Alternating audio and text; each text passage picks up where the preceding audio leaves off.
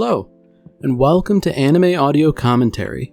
Today I'll be commenting on episode 17 of Code Geass R2. If you'd like to watch along, then start watching now. So last we left off, Lelouch is kinda suffering because Shirley's dead, C2 doesn't remember anything, and Kalen is still kidnapped. And worse yet, Nina has been working on more and better nuclear weapons, and, people are considering arming the Lancelot with them, which, I feel like there's a whole host of reasons why that's a bad idea, even if the Britannian forces are unaware.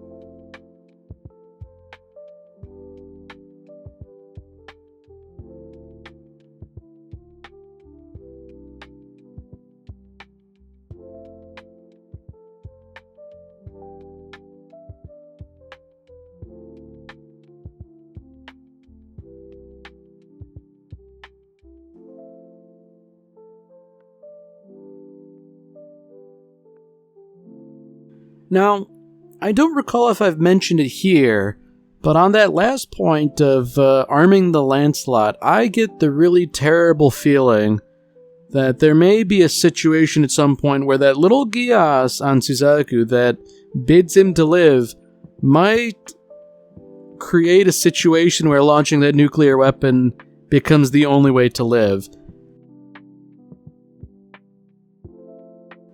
I've got a real bad feeling about that. I hope it's not the case. I really hope that doesn't happen. But, boy, it would be interesting for narrative purposes. Because, I can only imagine that Suzaku would probably launch it against Area 11, And given the history, I'm not sure if that's entirely how it's played out in this alternate reality of Code Geass, but, I don't know. There would be something to that. A former son of Japan dropping the bomb on Japan again. I don't know. I guess I wouldn't be surprised if such a thing happened.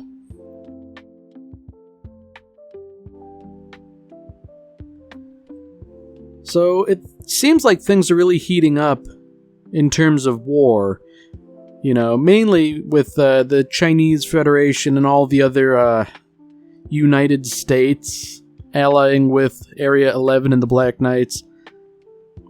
It's interesting that Lelouch is not on the front lines this time, but oh dear. If he's reminiscing about Suzaku and meeting him and being friends and all that way back when, I've got a bad feeling. They're certainly not tending to my concerns about Suzaku launching the bomb. Although I guess there is also the matter of this character here. Now, his name escapes me, but he is rather sociopathic. If Lelouch, for whatever reason, doesn't drop the bomb, and I feel like under normal circumstances he wouldn't, then this guy, the Vampire of Britannia, he certainly would. Based on what little screen time we've seen of him, he does seem to be a truly odious, bloodthirsty person. And therefore, I feel like he would have no compunctions about, doing anything like that.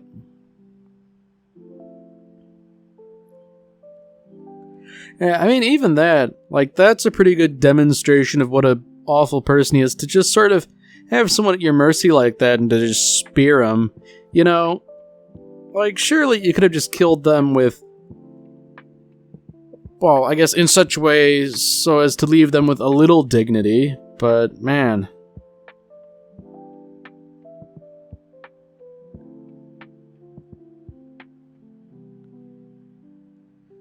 Alright, so I guess Schneisel's sort of like the acting Emperor Regent for the time being, seeing as how he is the eldest son. It's not a good sign that he has Nunnally with him, you know, for Nunnally's sake. I guess that is sort of the point behind Lelouch and Suzaku meeting up. The idea is that, you know, Lelouch is sort of in a tricky spot, and the only one who can really assure the safety of Nunnally at this point would be Suzaku.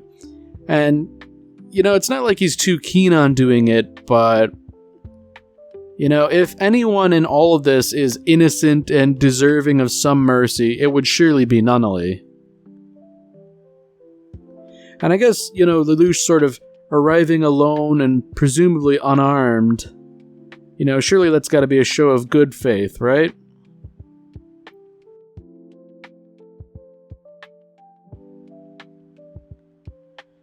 Oh dear. You know, it seems like things are off to a real good start between the two of them. You know, it's, oh dear.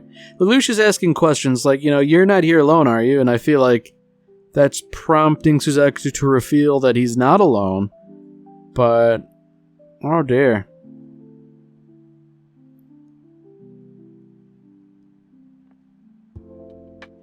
Now I feel like, maybe Suzaku's not being entirely fair here. I guess he doesn't have the full story, but then again, Lelouch isn't exactly volunteering all the information that, like, you know, look, I'm doing this all for the sake of, well, not only Nunnally, but Area 11, too.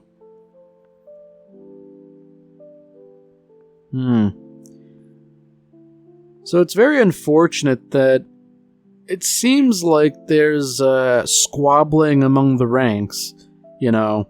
Some people are of the opinion that Zero letting Rolo and Agent Orange join up with them is indicative of untrustworthiness, I guess.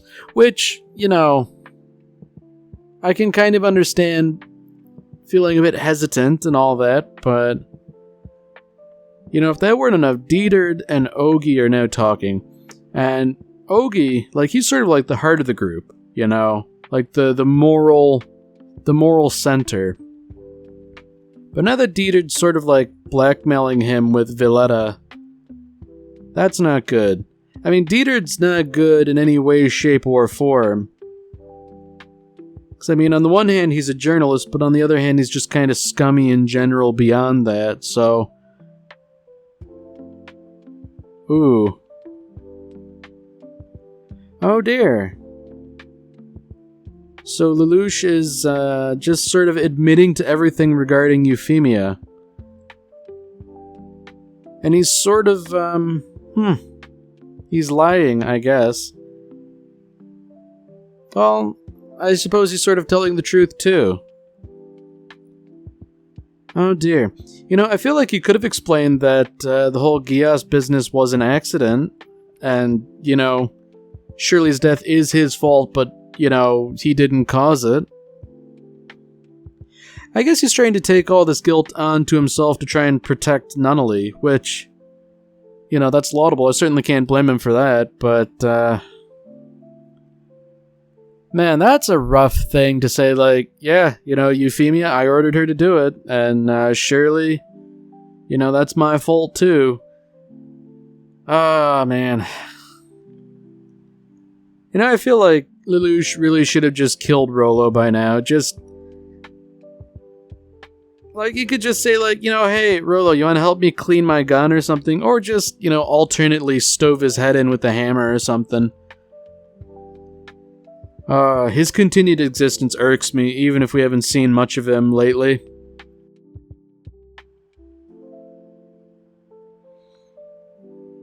So So this is something back on the battle with the nightmare frames. So this Knight of One here, I believe his nightmare frame is called Galahad, which is, you know, there's meaning behind that, but that he wields the sword Excalibur. You know, that indicates to me he's really not someone to be messed with, as Jinqi is quickly finding out.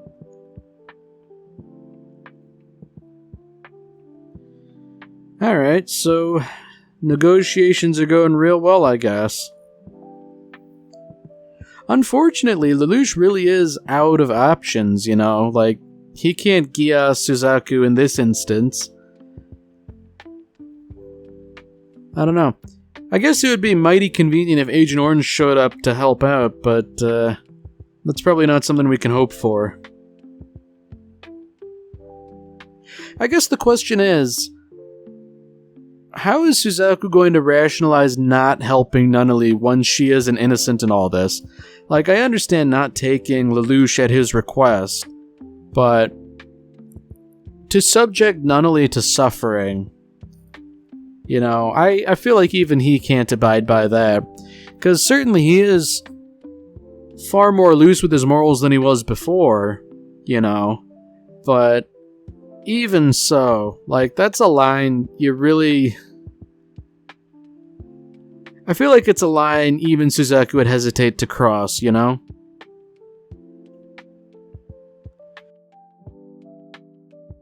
I guess this is the all-important question. You know, why was Suzaku Geass to live? And I guess the truth of the matter is, you know, Lelouch just doesn't want him to die.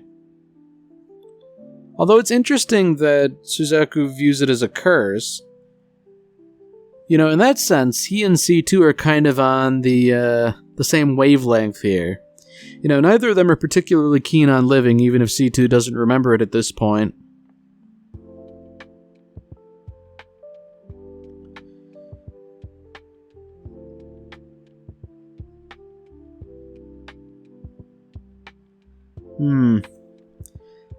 Alright, so this is something. You know, Suzaku recognizes things to a degree, but...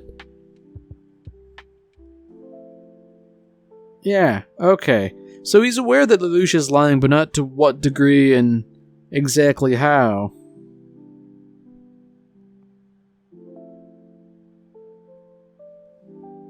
Well, that's interesting. He's like, you're lying about being an ally of justice, so, you know, do it for real and atone. I don't think that's necessarily true. You know, I don't think Lelouch is lying about being an ally of justice. But at the same time, I guess this is progress, you know? Now that's concerning. You know, make the world a peaceful place through methods that will make everyone happy. You know, I get why Suzaku, being the idealistic person, would say that, but, you know, I regret to inform you that no such method really exists, you know? So, unfortunately, it seems like Suzaku hasn't necessarily double-crossed Lelouch, but in the end, that's how things have worked out. Oh dear, indeed. You know, this certainly doesn't make things any better between the two of them.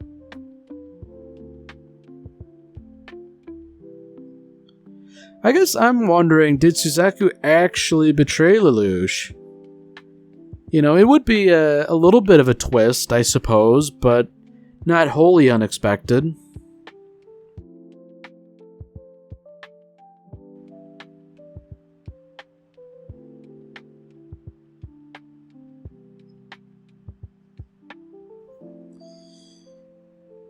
Ooh. So that's interesting, you know, Kellen's being sort of, interrogated, I guess. You know, there's definitely something going on here where you're shown, like, a yearbook with all sorts of images of your supposed friends being happy and all that, and I feel like the message is pretty clear when you're stuck in a cage.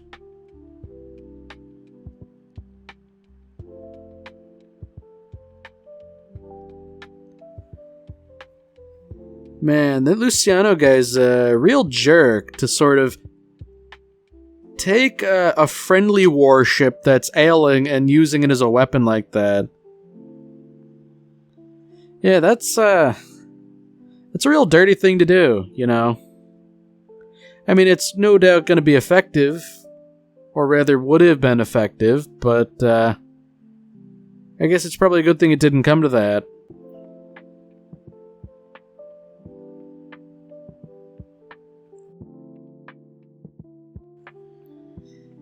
Yeah, so it seems like the battle is kind of lost for the time being, and unfortunately, the Black Knights are depending on Zero. You know, unfortunately, he won't be coming to help them. You know, he might be able to communicate to a degree, but, I don't know. I feel like he's got bigger fish to fry with Schneisel here talking to him. That's kind of an awkward conversation to have, you know? The Zero who's been murdering my family members is also a family member. Yeah, so for Schneisel to offer mercy, you know, I don't think that's necessarily to be trusted. You know, there are too many strings attached to that.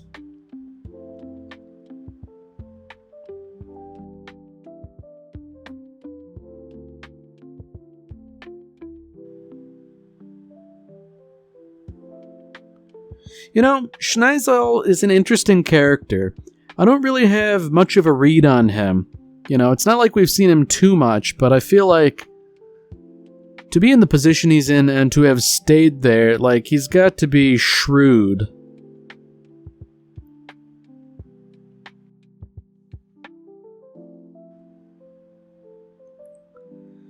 Oh, alright, so it seems as though Lelouch has sort of planned ahead here. Did he set up this whole business? I'm wondering. I wouldn't be surprised if that were the case, or did he simply get this guy to, you know, help him out in the end? It seems like the latter, I guess.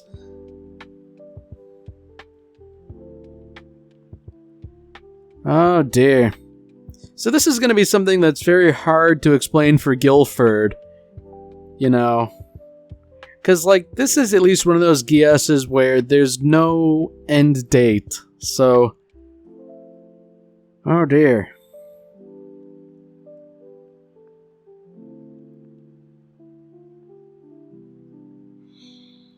Yeah, so that's, deeply unfortunate how everything turned out, because, you know, Guilford has seemingly turned sides for no real reason. But Lelouch is under the impression that Suzaku betrayed him, not unreasonably, so I guess, you know, if he wants to save Nunnally, he's gonna have to really take matters into his own hands, which, I don't know, man. It's not good.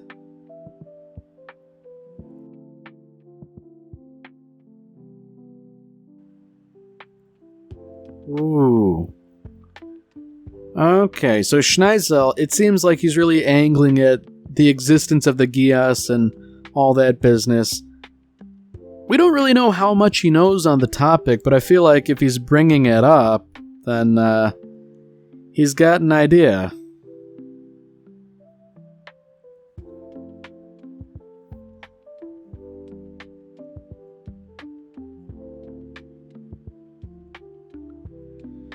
Man, it really is that simple, I guess. Lelouch has his own private chauffeur.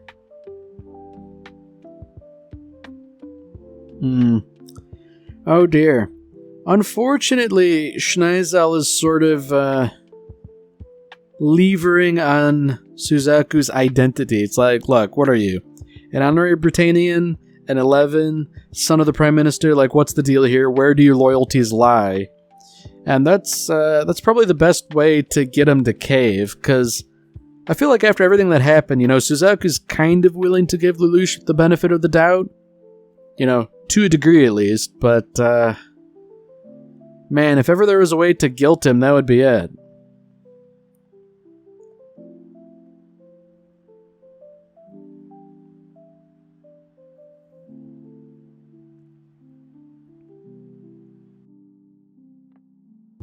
Alright, so it seems like once again, Lelouch's plan is coming to fruition. all those little transmitters he stashed in those trains, I guess those are now around to just generate like a little EMP or something. Just, absolutely disrupt everything and allow him safe passage. Very shrewd indeed. And I can't help but wonder how he managed to get all that stuff installed. Man, I guess everything's just, falling into place. Zero's back to lead, and now with him, I suppose the Black Knights will turn the battle.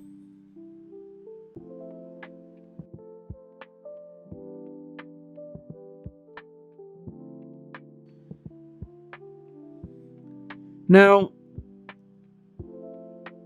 the Black Knights are moving out, but I don't know. I still can't help but feel like there's another shoe that's about to drop here. Not to say that it's like a nuclear weapon that would go off or anything, but, that is still a card that's in play here.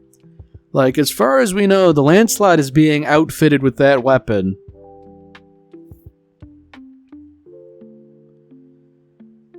Yeah, so I guess this is it then.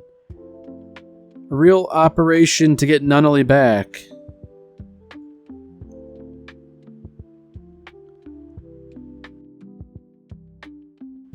Unfortunately, Lelouch seems to have learned a hard lesson here that, others can't be trusted. And that's not even the correct lesson to have learned, but I guess it's unfortunate that this is the case, that if he wants Nunnally to be safe, he's going to have to do it entirely on his own and without Suzaku's help.